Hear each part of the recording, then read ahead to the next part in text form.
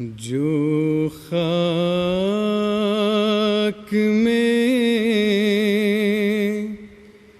मिले उसे मिलता है आशना. Assalamualaikum warahmatullahi wabarakatuh. Pemirsa sekalian, balik lagi di channelnya Kebayoran. Dalam kali ini kita balik ke program Markiji, Mari Kita Mengaji.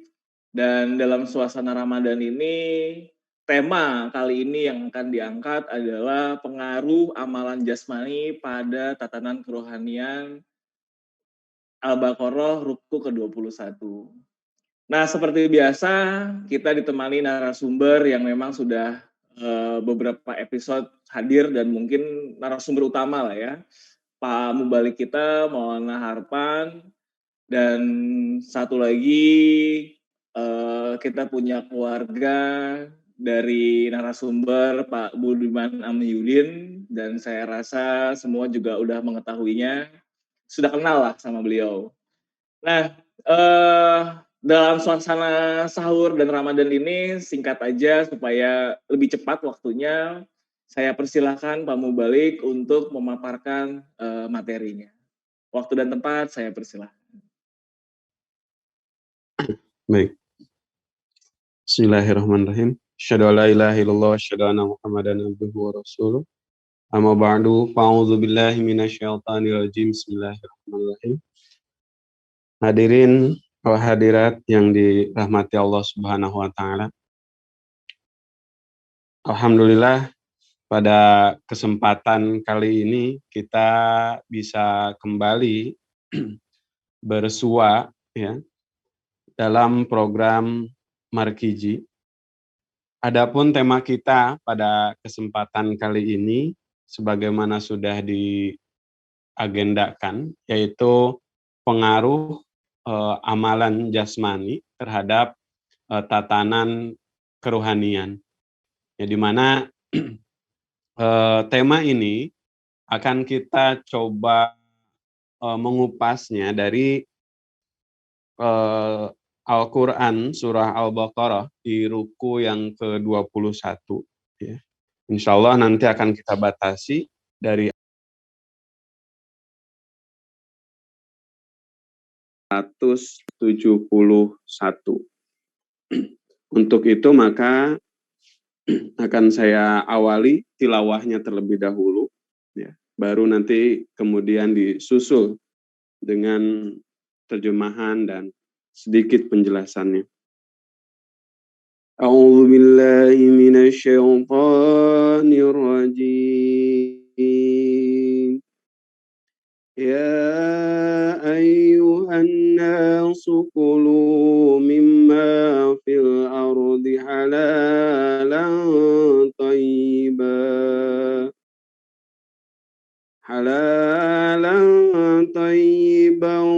wa la tattabi'u khutuwati syaitan innahu lakum aduwwum mubin.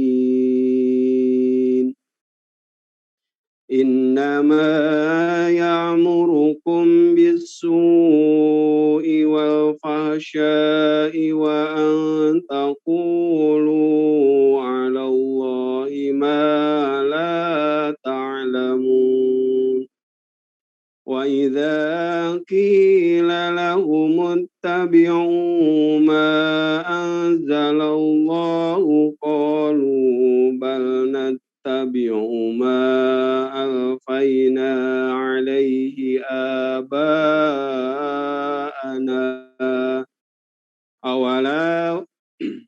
awalau kana aba'uhum la ya'qiluna syai'an wa la yahtadun.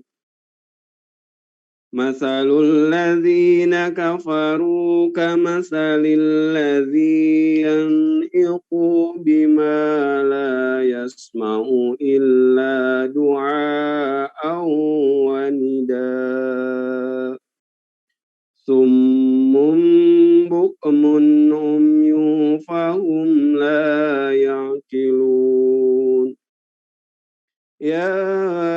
أيها الذين آمنوا كلوا من طيبات ما رزقناكم واشكروا لله إن كنتم إياه تعبدون إنما حرم عليكم الميتة والدم ولحم الخنزير وما أهل به لغير الله فمن اضطر غير باغ ولا عاد فلا إثم عليه Inna Allah ghafurur rahim.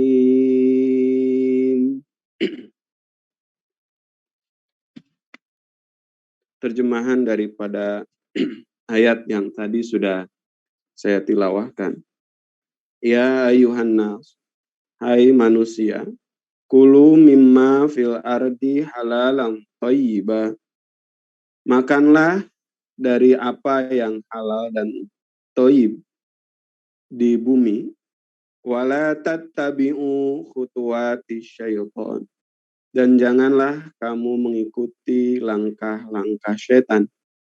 Innahu lakum aduwwum mubin. Sesungguhnya ia musuh yang nyata bagimu. Dalam kata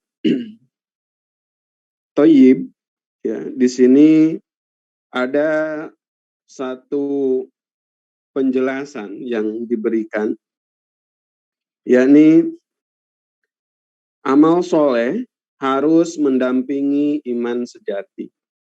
Dengan ayat ini dimulailah pembahasan tentang bagian kedua doa Nabi Ibrahim alaihissalam berkenaan dengan tugas Nabi yang dijanjikan itu, yaitu ajaran hukum syariat dan hikmah yang menjadi dasarnya. Kemudian diberikan peraturan-peraturan tentang sholat, puasa, haji, zakat, dan begitu pula hukum-hukum mengenai urusan sosial. Dan karena makanan mengambil peran penting dalam pembentukan watak manusia, maka peraturan-peraturan tentang itu lebih dahulu dibicarakan. Semua makanan menurut Islam harus halal, artinya yang diizinkan oleh syariat. Dan kedua, harus thayyib, artinya baik, murni, sehat, dan menyenangkan. Di bawah syarat yang kedua, kadangkala hal-hal yang halal pun menjadi terlarang. Jadi kita dijelaskan ya melalui ayat ini ya, bahwa Islam telah mengajarkan kepada manusia ya semenjak 1400 tahun yang lalu ya suatu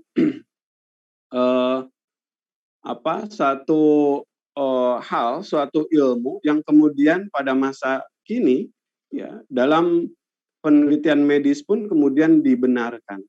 Ya, bagaimana makanan yang dikonsumsi oleh manusia itu memiliki dampak ya pada memiliki dampak dan juga pengaruh ya kepada pertumbuhan jasmani maupun rohani. Ya, makanan baik ataupun buruk itu punya dampak ya kepada jasmani manusia. Ya. Oleh karena itu maka perintah ini ya supaya kita mengkonsumsi makanan yang halal dan thayyib ya mengandung suatu arti bahwa manusia ya ditekankan untuk sedemikian rupa menggunakan potensi-potensi yang sudah diberikan oleh alam untuk menggunakan bahan-bahan yang juga disediakan oleh alam ya dengan cara yang baik ya. Memilih makanan-makanan itu yang tidak kemudian kemudian memberikan dampak buruk kepada fisiknya dan juga kepada kerohaniannya. Ya, tadi dijelaskan bahkan terkadang ya makanan-makanan yang halal pun ya jika bertentangan dengan thayyib ya, maka ini pun menjadi terlarang ya, menjadi mamnu ya. Jadi dilarang. Karena apa? Karena ya dapat merusak kesehatan manusia. Maksudnya bahwa misalkan seperti ini, ada orang yang secara fisik memiliki penyakit bawaan ya, kita ketahui misalkan asam urat, darah tinggi dan lain sebagainya, penyakit-penyakit yang kemudian dirasakan oleh kebanyakan di antara usia lanjut ya, maka makanan-makanan yang halal bagi mereka pun ya menjadi mamnu, menjadi terlarang. Contohnya misalkan untuk asam urat ya, maka dia tidak bisa memakan makanan yang bertentangan dengan penyakitnya itu ya. Orang darah tinggi misalkan makan daging kambing, maka lebih baik menghindari daripada kemudian itu menjadi merugikan kepada dirinya, merugikan kesehatannya. Nah, ini suatu suatu ajaran yang demikian indah ya, bahwa Islam tidak hanya menekankan kepada kesehatan rohani saja, walaupun suatu syariat, dia juga menekankan kepada setiap manusia, ya, terlebih khusus kepada umat Islam, ya, pada setiap mukmin untuk juga senantiasa menjaga kesehatan fisiknya, ya, atau kesehatan jasmaninya. Halal di sini kan perlu mendapatkan suatu penjelasan ya, karena kalimat ya yang berlawanan dengan halal ini kan ada haram ya. Berarti makanan itu halal adalah makanan yang kemudian diperbolehkan, yang tidak dilarang oleh syariat ya. Hazrat Masih Maud salam menjelaskan tentang makna makanan yang haram itu ya, bahwa Islam melarang makanan yang haram itu. Jenis makanan itu sendiri ada dua. Pertama adalah haram binafsihi ya. Jadi memang secara zatnya memang sudah dilarang ya. Ini mutlak ya. Misalkan seperti contoh larangan untuk mengkonsumsi babi misalkan. Ini kan sangat jelas sekali. Ya, secara zatnya memang sudah dilarang. Sehingga mau warna putih, mau warna hitam, mau ternak, mau babi hutan, semuanya dilarang. Ya. Nah, yang kedua, larangan haram makanan dikonsumsi oleh kita itu karena haram bisabab, ya. Haram karena sebabnya, ya. Misalkan, ya kita mencari rizki dengan bekerja, ya, mencari rizki dengan bekerja, dari kerja itu kemudian kita mendapatkan hasil, mendapatkan upah. Nah, ini kan rezeki halal ya. Jika kita kemudian beli makanan, kemudian kita konsumsi, ya, makanan yang baik tentunya, maka ini halal. Akan tapi jika kemudian ya upaya untuk meraih benda ya atau uang itu tadi dilakukan dengan cara yang bertentangan dengan syariat, maka ini masuk ke dalam kategori haram bisabab ya. Ya, uangnya atau bendanya memang tidak haram, akan tapi proses memperoleh itu yang kemudian menjadikan benda atau barang tersebut menjadi haram. Oleh karena itu maka perintah makanlah dari apa-apa yang halal dan thayyib, ya berarti manusia atau kita umat Islam harus mengkonsumsi barang-barang atau makanan-makanan yang tidak bertentangan dengan tadi dari segi kehalalannya dan juga dari segi manfaatnya. Ya, baik tidak nih, thayyib tidak bagi kesehatan tubuh kita. Nah, ini menjadi suatu hal yang penting sebagai pembuka daripada bahasan ini, ya, bahwa dari ini kita melihat bahwa amalan-amalan ya atau faktor-faktor jasmani itu memiliki dampak kepada keruhanian ya bagi setiap orang. Ya, oleh karena itu maka tuntutan iman itu kan memang bukan suatu keyakinan saja. Ya. Karena iman sendiri kan memiliki kaitan yang kuat dengan kerohanian. Makanya tuntutan iman jelas. Al-imanu ma'rifat fi qalbi wa qawlu bilisan wa amali bil arkan. Bahwa iman itu adalah suatu ikrar ya yang diucapkan melalui lisan ya. Kemudian ma'rifat fi qalbi merupakan pemahaman ya makrifat dalam kolbu, dalam hati, wa qaulu bilisan, kemudian diucapkan secara lisan, artinya ada ikrarnya, ya asyhadu alla ilaha illallah wa asyhadu anna muhammadar rasulullah, kemudian wa amalu bil arkan, kemudian dilaksanakan secara amalan. Nah, oleh karena itu maka faktor-faktor jasmani jelas akan sangat mempengaruhi ya unsur-unsur kerohanian kita ya.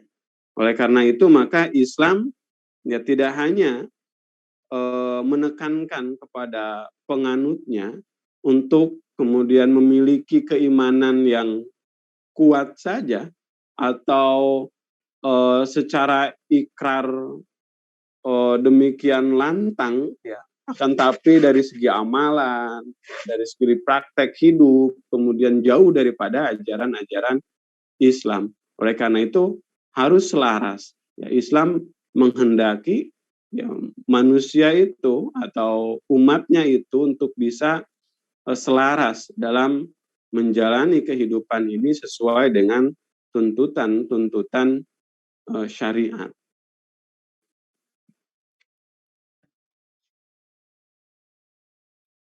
Innama ya'murukum bisu'i wal fahsya'i. Sesungguhnya ia hanya menyuruh kamu berbuat jahat dan keji. Wa an taqulu 'alallahi ma la ta'lamun. Dan menyuruh kamu mengatakan tentang Allah apa yang tidak kamu ketahui. Jadi di ayat yang pertama tadi sempat disinggung tentang syaitan ya. Wala tattabi'u khutuwati syaitan. Janganlah kamu mengikuti ya langkah syaitan. Ya karena larangan ya terhadap mengikuti setan ya menyusul perintah yang berhubungan dengan makanan yang mengisyaratkan kepada pengaruh perbuatan-perbuatan jasmani terhadap keadaan akhlak dan rohani manusia. Penggunaan makanan haram dan tidak sehat dapat merugikan kemampuan akhlak dan merintangi perkembangan rohaninya. Nah, dalam upaya setan itu ya untuk menggoda ya hati dan juga iman manusia ya tidak serta-merta menunjukkan sesuatu, menunjukkan manusia itu kepada keburukan yang mutlak. Ya. Biasanya setan itu membawa manusia dari hal-hal yang subhat, dari hal-hal yang meragukan. Ya. Kemudian manusia condong kepada itu, akhirnya kemudian lambat laun dia tertarik kepada suatu keburukan. Ya. Makanya jika kita lihat misalkan pergaulan ya anak-anak muda, biasanya kan ada tahapannya. Ya, sebelum orang itu mengkonsumsi minuman keras dan lain sebagainya, itu biasanya ada tahapannya. Ya mulai dari pergaulan yang kemudian tidak baik ya, kemudian dia mengkonsumsi rokok ya, dan habis rokok baru kemudian lambat laun mulai kepada minuman keras dan lain sebagainya itu. Jadi ada tahapannya bahwa setan tidak pernah langsung ya menjerumuskan orang-orang beriman itu kepada keburukan yang jelas ya secara hukum gitu ya jelas, tapi dia akan menggiring sedikit demi sedikit. Oleh karena itu maka di sini diberikan semenjak awal suatu penegasan. Ya. Setelah manusia diberikan suatu nasihat atau umat Islam diberikan nasihat bahwa kalian harus makan makanan yang halal dan juga yang baik, ya, yang thayyib. Ya, kemudian kalian jangan mengikuti langkah-langkah setan. Nah, jadi karena apa? Karena ya memang kita lihat sekarang bagaimana kemudian ketika kehidupan sudah demikian jauh ya, lari dari ajaran-ajaran agama, jadi norma-norma agama, sehingga untuk mendapatkan suatu sensasi dalam berbagai hal, banyak orang kemudian menghalalkan berbagai cara ya. Banyaklah kita lihat bagaimana kemudian dari segi kuliner saja, ya, segala hal sekarang seolah-olah menjadi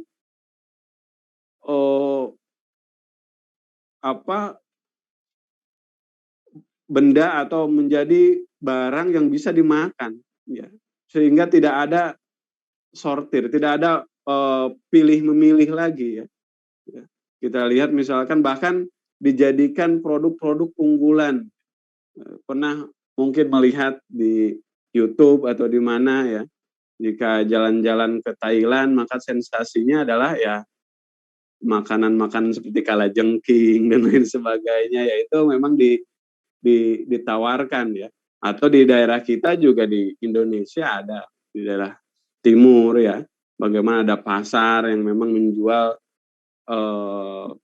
bahan makanan yang memang tidak biasa ya.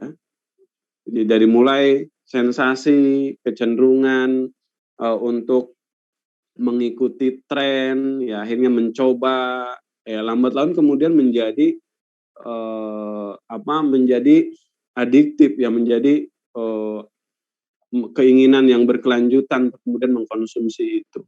Nah ini makanya dijelaskan dalam ayat ini ya, setelah ada perintah untuk mengkonsumsi makanan itu yang halal, artinya bahwa yang tidak bertentangan dengan perintah syariat, kemudian yang thayyib, baik, maka kemudian dibarengi dengan perintah untuk tidak mengikuti ya, langkah-langkah syaitan, artinya bahwa tidak mengikuti bujukan-bujukan syaitan atau bisikan syaitan.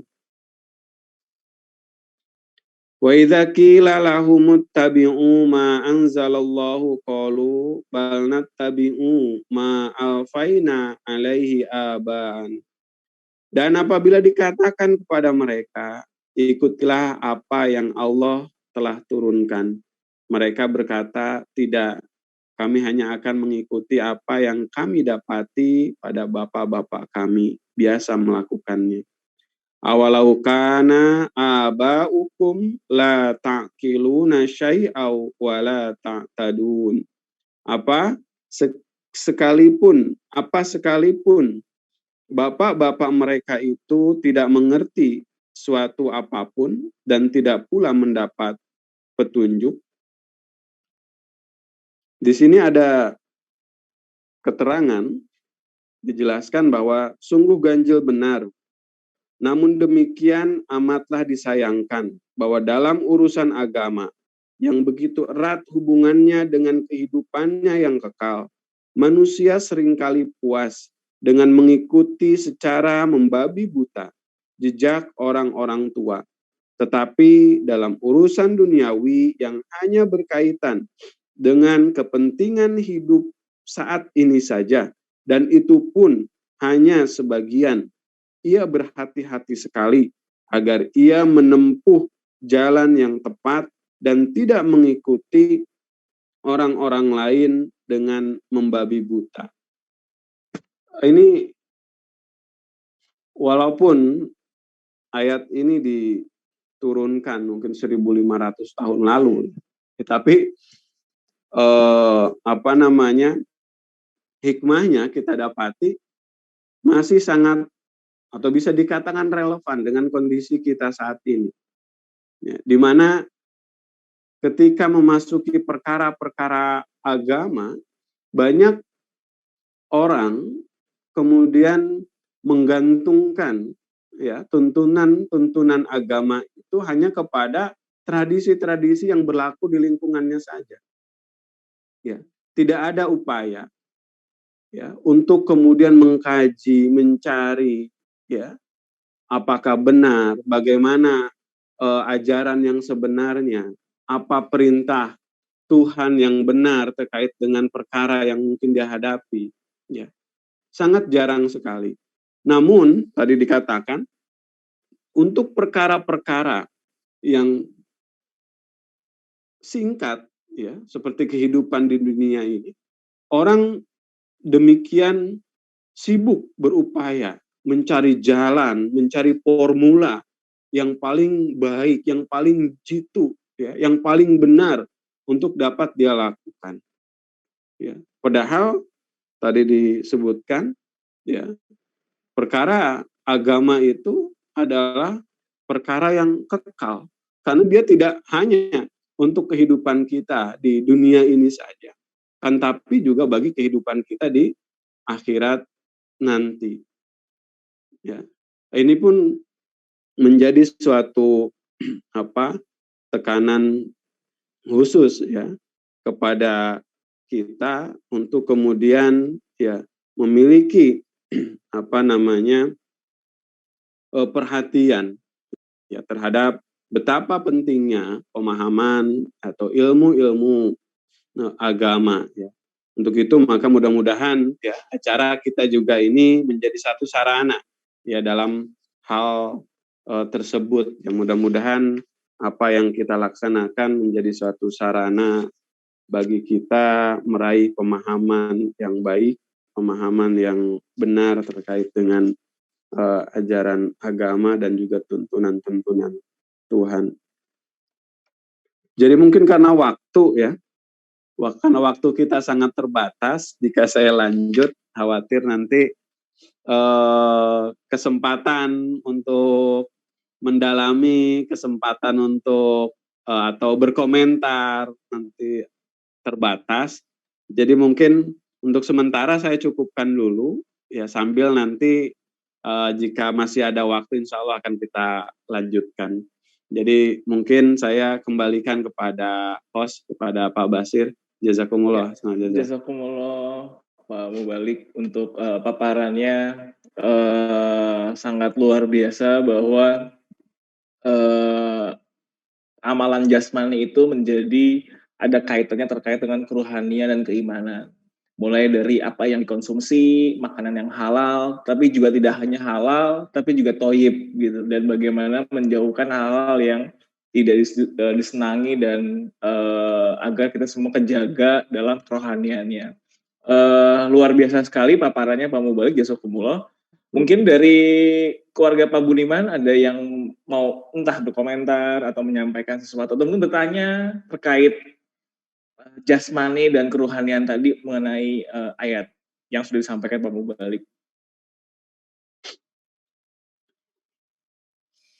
Alhamdulillah cukup sih, nggak ada pertanyaan Kang.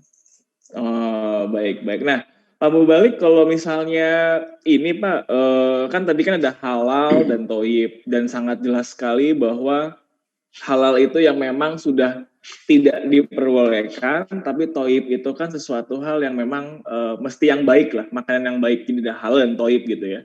Nah, Pak Mubalik, kalau misalnya tadi sudah dijelaskan panjang lebar gitu ya, jika memang ada makanan halal gitu ya, tapi tidak toib, pertanyaannya, terus sikapnya tuh seperti apa ya? Karena kan ada juga nih orang lagi sakit, suruh jauhin makanan, suruh udah nggak apa sekali-sekali aja lah gitu kan. Ya memang nggak haram gitu kan.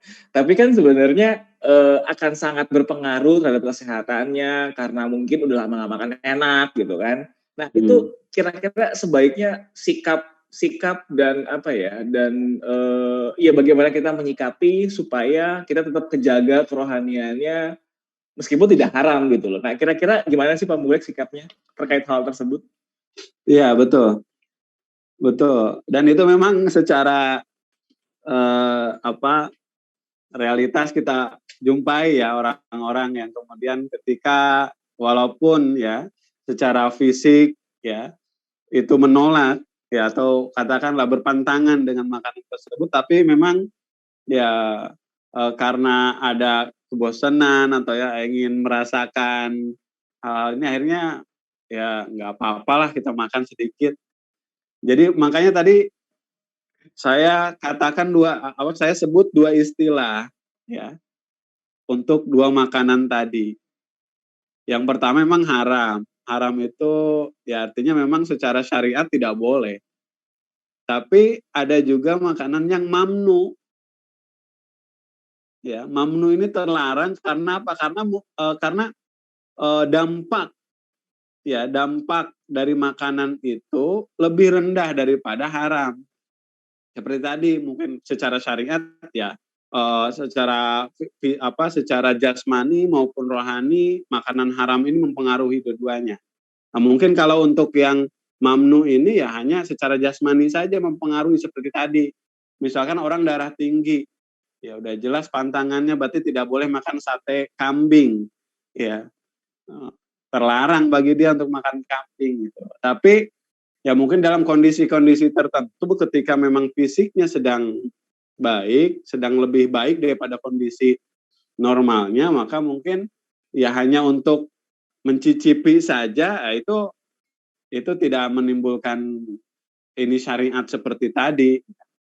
Cuman punya dampak kerugian bagi fisik dia itu saja.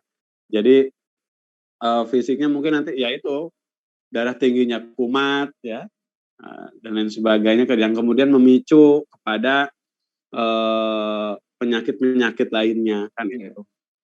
Dan Nah, mungkin jadi ada haram, diharamkan secara mutlak, ya. ada juga yang memang mamnu ya, terlarang karena punya dampak yang tidak baik bagi fisik.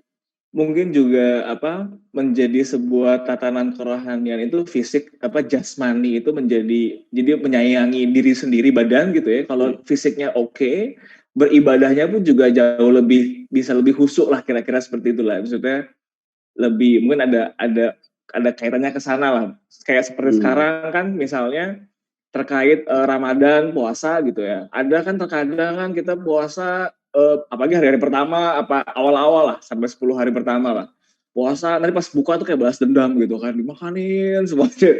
Terus jadi kayak males taraweh, males untuk maghrib, males. Jadi mungkin ada kaitannya sangat erat kali Pak Mubalik ya, terkait konsumsi makanan, faktor dari fisik sehingga ngebawa untuk kerohanian, dan itu juga mungkin ada kaitannya seperti itu kali Pak Mubalik ya. Iya, betul. Nah, itu ya, secara aturan yaitu tatanan ajaran Al-Quran ini kan menyentuh fisik maupun kerohanian manusia jika kita lihat ya. Seperti dalam hal makanan ini secara jelas dan seperti tadi ya, makanan dalam mengkonsumsi makanan itu ya tidak hanya dilihat dari jenis makanannya ya, kemudian hukum makanannya, kan tapi juga cara mengkonsumsinya pun kan sebetulnya Islam ya memiliki aturan-aturan yang jelas ya. Meskipun tidak semuanya dituangkan dalam Al-Quran, tapi kemudian Rasulullah Shallallahu Alaihi Wasallam memberikan kepada kita suatu toladan bagaimana aturan-aturan ya atau tata cara kita dalam mengkonsumsi makanan. Ya mulai kalau kita lihat Rasulullah SAW mulai dari berdoa dulu sebelum makan ya. Kemudian ketika ada di meja makan mengambil dari yang terdekat ya. Jadi kemudian menghabiskan makanan ya yang sudah kita ambil ya. Kemudian ada juga makan sebelum lapar dan berhenti sebelum kenyang ya. Karena jika dibagi ke dalam 3 bagian ya perut kita ini, lambung kita ini kan makanan, ya, air dan juga udara. Nah, itu harus seimbang untuk kemudian menjadikan fisik kita ini sehat ya. Jadi oleh karena itu maka ya tadi sikap balas dendam dalam makanan ini kan seolah-olah terutama dalam hal puasa ya. Puasa kan juga memiliki arti kita menahan. Ya. Coba bayangkan manusia hidup ini kan 12 bulan dalam 1 tahun ya. Kemudian syariat menjalankan puasa di bulan Ramadan itu hanya 30 hari ya. Artinya hanya 1 bulan dari 12 bulan yang disediakan ya. Jadi ada 11 bulan di mana kemudian manusia setiap saat bebas mengkonsumsi makanan yang dia temui, dia miliki ya. Nah, jadi dengan sikap tadi ketika kemudian melakukan puasa ya, setelah 1 hari menahan dahaga, haus, lapar, kemudian ketika buka ada unsur balas dendam. Nah, ini seperti ada ketidakikhlasan dalam menjalankan puasa. Padahal itu adalah salah satu nilai yang paling penting diajarkan oleh puasa kepada kita ya, untuk bisa menahan gitu kan, untuk bisa membatasi ya. Dan juga jika kita lihat penjelasan daripada Hazrat Khalifatul Masih Tsani radhiyallahu ta'ala, beliau menjelaskan di antara manfaat puasa itu bagi orang kaya, dia merasakan bagaimana rasanya hidup kekurangan. Ya, bagi orang miskin dia akan terhibur karena pada hari itu tidak hanya dia yang merasakan lapar, ya, tapi di seluruh dunia umat manusia ya sedang berada pada kondisi yang sama, ya, demi meraih keridhaan Allah Subhanahu Wa Taala mereka melaparkan dirinya untuk mendapatkan ridho Allah Subhanahu Wa Taala. Ini diantara manfaat yang dijelaskan oleh Hazrat Khalifatul Masih Tsani, Hazrat Mirza Bashiruddin Mahmud Ahmad. Jadi melihat kepada penjelasan itu ya ada empati ya, yang harusnya itu ditunjukkan ya. Bukannya balas dendam seperti tadi. Memang satu hal yang perlu ditekankan karena itu yang poin dasar bagi dari ajaran puasa ya. Ketika seorang bisa menahan ya sesuatu atau sesuatu yang menjadi hak dia ya, yang menjadi hak dia, karena kan segala makanan yang ada di dapur kita itu kan hak kita, punya kita dan hak kita. Tapi karena niat kita mendapatkan ridho Allah Subhanahu Wa Taala, maka akan kita tahan itu untuk sementara waktu ya. Oleh karena itu maka dalam menahan ini ya, sehingga menimbulkan suatu goresan atau pembelajaran, pengajaran kepada diri kita bahwa untuk sesuatu yang menjadi milik kita dan hak kita saja kita menahan itu, apalagi kemudian eh, hak dan milik orang lain gitu kan. Nah, jadi dari ajaran ini maka penting ya untuk kemudian melaksanakan puasa itu dengan penuh ikhlas ya, supaya kemudian niat dari ibadah kita itu nanti akan benar-benar berdampak kepada diri kita ya, supaya sebagai suatu sarana kemajuan baik rohani maupun jasmani. Ya, sepakat sekali Pak Mubalik. Wah, nih makin seru nih kayak ini.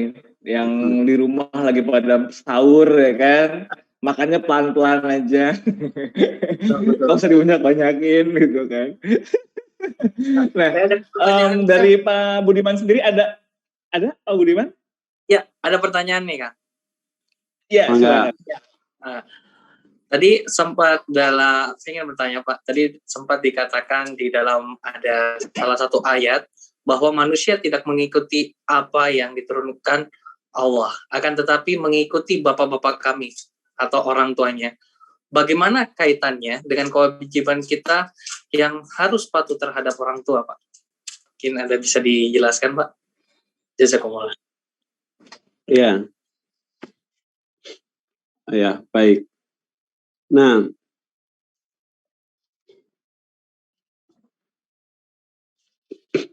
terkait dengan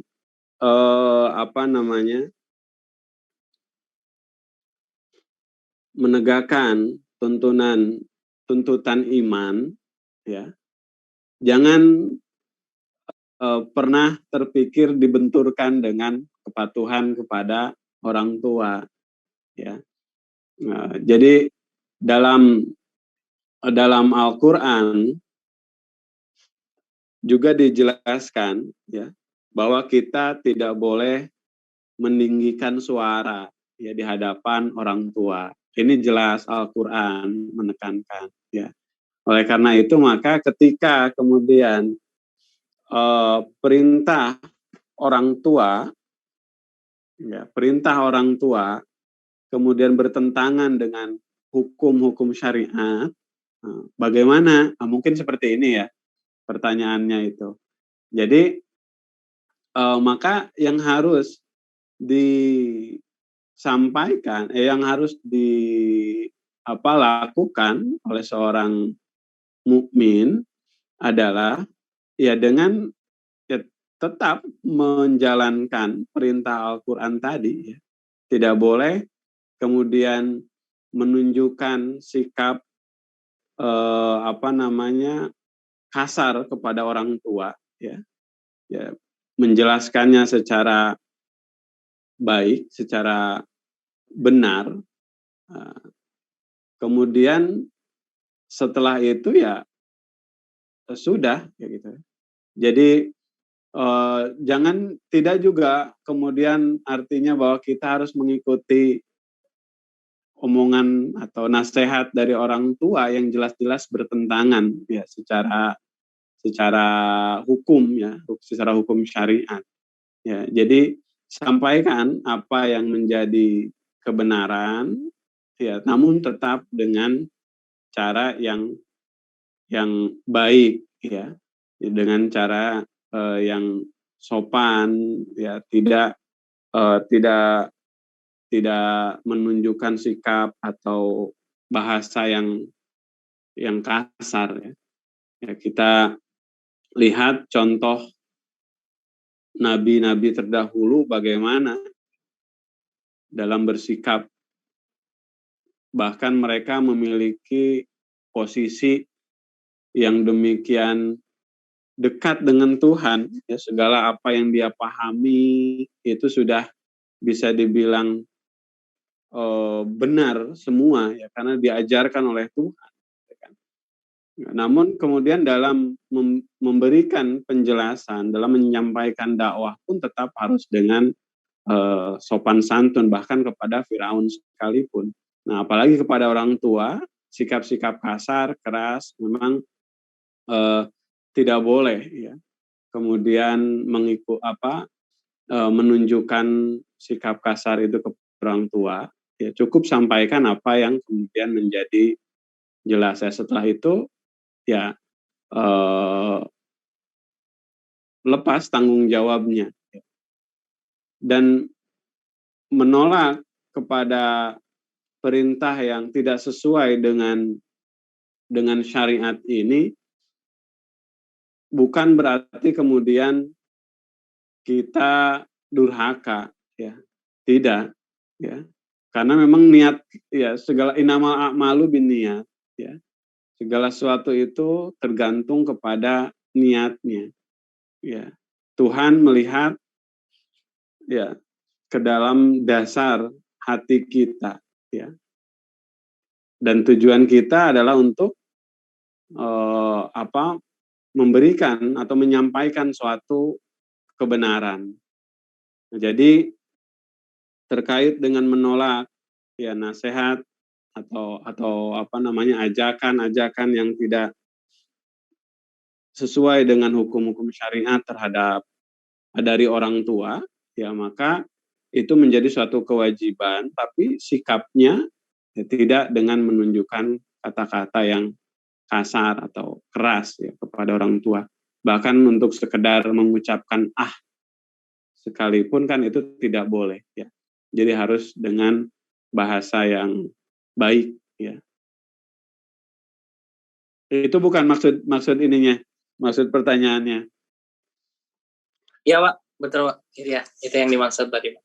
Oh, ya. Sangat menarik nih Pak Mubalik, Pak Budiman, teman ya. Waktu juga sudah membatasi kita. Terima kasih banyak jazakumullah khairal jasa buat Pak Mubalik untuk penerapan rohaninya dan Pak Budiman serta keluarga gitu ya, yang sudah berpartisipasi dalam acara Markiji, mari kita mengaji. Mudah-mudahan semua ada manfaatnya dan berkat, dan pemirsa di rumah juga lancar untuk melaksanakan ibadah puasanya di hari ini. Insya Allah kita ketemu lagi, mari kita mengaji di esok hari, menemani santap sahur dengan tema-tema yang jauh lebih menarik.